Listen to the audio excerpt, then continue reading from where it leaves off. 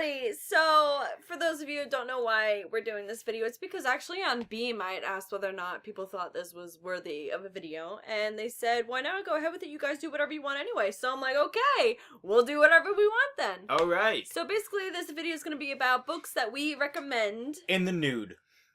Why do you do that? I'm only kidding. And the reason that we're making this video, I guess in a sense, is, well, when I was going for education as part of my degree, they always stress, reading is so important, it's so important. But really it is. Because, it's good for your vocabulary, for speaking, for imagination, and probably for a bunch of other stuff I don't know about. Hence, we're going to share what we like because we figured why not? So, this is what we're doing. You're like dancing the whole time. It's okay. I like to dance. Thanks Sorry this video was a little long, but I hope you enjoyed our chop up thoughts. her like a butcher. I'm like, chop, chop, chop, chop. You're getting 3 books, that's it. No. I I'm have gonna a lot of good books. I'm going to fast forward it. First one, The Book of Time. Of course. It's by... What was I? Next time. Wait, say Go ahead. Say it again. Go ahead. I'm sorry. I ripped this first page and you would never... It just started from square one. Guess what? This isn't mine. I ripped this first... Alright. The Book of Time by... Joalamine Prevost. I'm going to put the name up because I cannot... And what the book looks like. Yes. Somewhere. Ow, you built this slice of my lip. Jesus, woman. I'm sorry. I'm gonna put the book right here and I get stabbed in the eye. Ready? Ta-da. Alright, yeah, well, I'm not gonna pronounce names. Obviously, the people on BEME know that I cannot pronounce names. Yeah, I messed up pretty big last time. And last night. Anyway, So give brief summary. Brief summary. Book of Time. Obviously, about time. My favorite subject. It's about the kid, I forgot his name, Sam Scott something. His mother died. Him and his father move out somewhere, and his dad opens up a little bookstore. He ends up moving with his aunt, I want to say, and his dad disappears. After a week, couldn't find him. Goes to the bookstore, ends up there's a little coin. You don't want to give out the whole thing. I know, a little coin. It's obvious, and it's a big first it's really boring in the beginning. He's a little sad, depressed, obviously, because his father disappeared and his mother passed away and all that stuff. And long story short, he finds a coin, ends up going in time. And he goes throughout different eras, like, I'm not going to spoil it, but I'm going to give you the first one. Scotland, the Viking era and all that stuff. Goes there. He goes to, so many different types of time. And he tries to find his father. He thinks his father's in there. Whether you have to read the story in order to find out. I have a lot of books. And I know I feel like I repeat this a lot, but I'm an English major, so obviously I do a lot of reading. But I have to share my favorites because there are books that I've read that I don't like. But besides that, now this book was from when I was in middle school. I had to do summer reads. So Tomorrow When the War Began by John Marsden.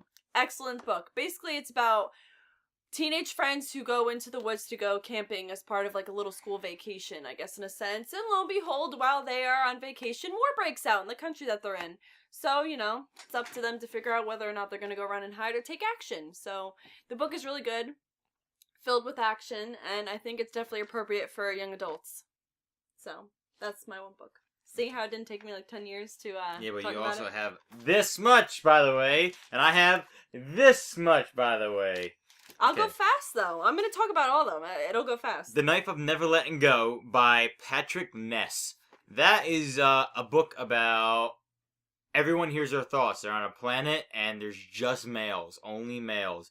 And because there's a thing that happened to the females, and they're you don't know where they are or whatnot. They're in a thing called the New World, and everyone hears their thoughts. The kid ends up finding a little patch of where they call it noise. There's no noise, no anyone hearing thoughts or anything. Stuff's happening, action breaks out. He's on the loose, and he ends up finding stuff. Wink a wink, foreshadow. I'm not gonna spoil the story. Finding things about blah blah blah blah blah blah. And actually, it's really cool. It's interesting of what if you ever think about what people would think of and oh, it'd be cool. Not really. There's a lot of crap that goes down if you were to know what other people think of. Yeah. Does she like your shoes? And then dead, kill him, knife to the throat. You never know. All right, next book for me. I also read this when I was in middle school.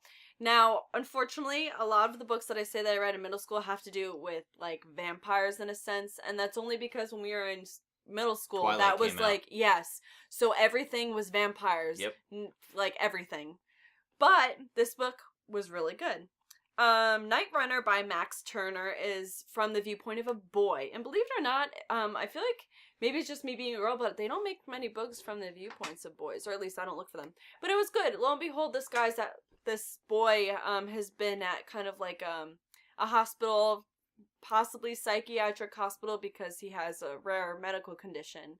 Lo and behold, it starts off with some guy crashing into the hospital he's into, looks at him, and tells him to run. And basically it goes off from then. You find out stuff about him and the situation, a whole bunch of stuff goes down. But it's very good, action-filled, and I literally felt like a teenage boy when I was reading this. I think you told me about that. It's very, yes. Yeah. I want him to read it because it's a good young adult book. It has to do with same issues that are very comparable. My last but not least book, Lockdown, Escape from Furnace. That is a book by Alexander Gordon Smith. That book is interesting. I had to read it for summer read. Actually, I believe all 3 of those books are for summer read, because I don't like to read. I just don't. I'd rather watch a movie. I don't know why. Anyway, Lockdown. It's about a kid who gets wrongly accused. You find out how. Goes in, I don't want to say it was in London. He ends up in this penitentiary that's underground. Yes, underground. And it's called Furnace because it's hot as hell down there. Because it's representative of hell. And there's these weird people that wear gas masks every once. They come in and they do like a roll call kind of thing. And they like, when you're bad, they syringe you. They got syringes or whatnot. They have these like evil looking hound dogs that are like demon like, and they like patrol the area or whatnot. You could go mining, and there's just, you got to find out if everyone else is there on if they're just kidnapping kids for some reason, or they like doing that, or someone who wrongly accused him, who's that, and a mystery, and like escape, they gotta try to escape. Excuse me. They're trying to escape from there. So it's like, are they gonna get out? Who did it? Are you gonna get answers? Who are these weird people that are like non-human like kind of thing? And why no one else know about this? Next book, I actually have it with me because I have to do a project on it. It's called Olive's Ocean by Kevin Hanks. And, I don't have to do a project, I have to do a paper on it. Basically, the book is from the viewpoint of a young girl named Martha, teenager again. You find out who Olive is, and who Olive is in reference to Martha. But basically, every summer she goes to her grandmother's house, who lives, I'm pretty sure, on the ocean. And just this summer is different for her. Of course, it has to do with, like, teenage love, also discovering about yourself and about family, what family means to you, and also about what death means and, like, mortality means to a teenager. So it's interesting, and it's a quick read. It's only 217 pages, so that's not bad. These are fiction books, I just realized. Yeah, the print is fairly large, too, so. Alright, next book is Hoop by Carl Hyacin. I also had to read this for a class. Young adult literature, by the way. Of course, it has to do with owls and issues surrounding them. Got 11 more, by the way. Viewpoint from a boy, and basically he goes to school and new things happen. He's traveled a lot around as a kid, so when he gets to this new school, obviously he knows what it's like to be a new kid, but, he ends up making interesting friendships and learning a little bit about a sketchy part of town.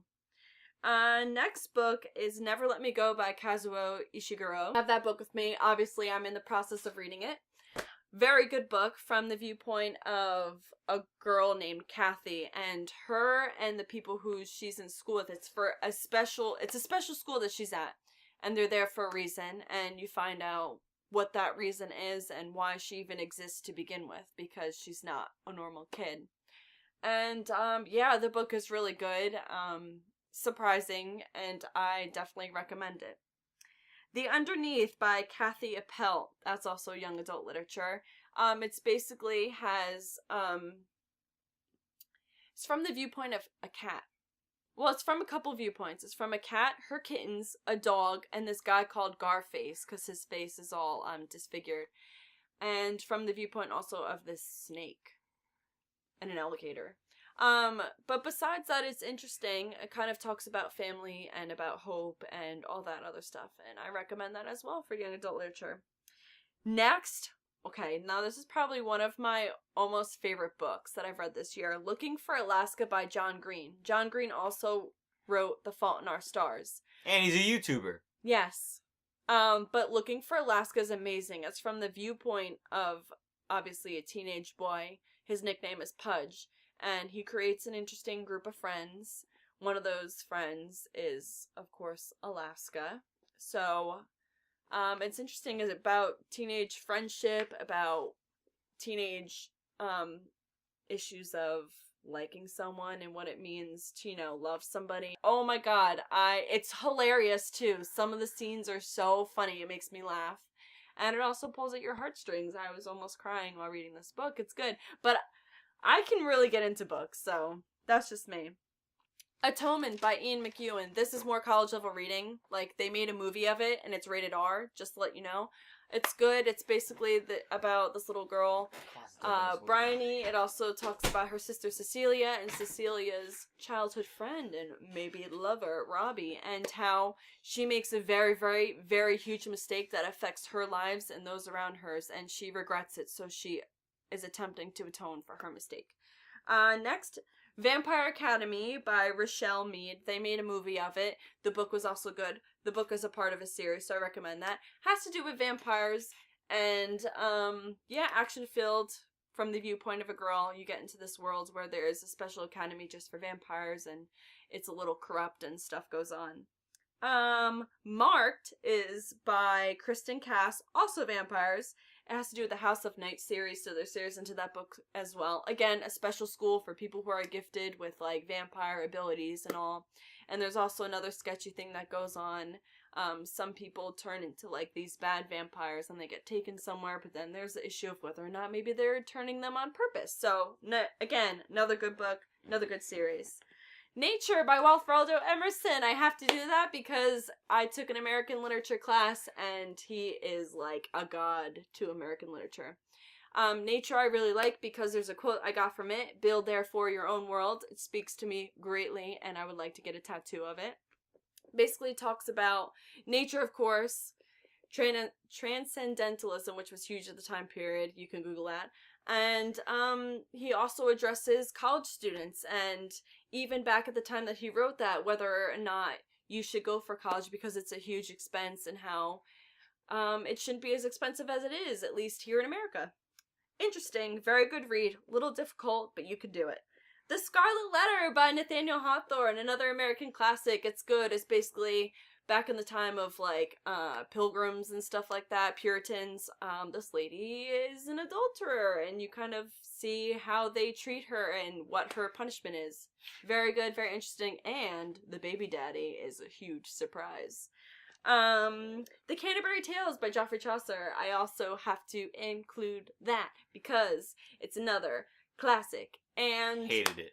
it was good. I thought it was funny, but I also Terrible. had a lovely professor who made the Explained class it. really fun. Yes, and of course we went through and explained, and I have Helps a a whole lot. book of notes that explains everything. I had to But read it, and you read it, and everyone when did did not. you read it? What grade were you in? I read it in 11th grade. Well, that's why. Because, Not a big difference in my intellectual abilities now, though. well, yeah, in a Not for sense me. it does. Not me, though. Well, at least for me, because I've kind of English. progressed as I've taken classes. Yeah, Canterbury Tales sucked when I read No, it. it was good, and some of it's pretty funny. It's interesting.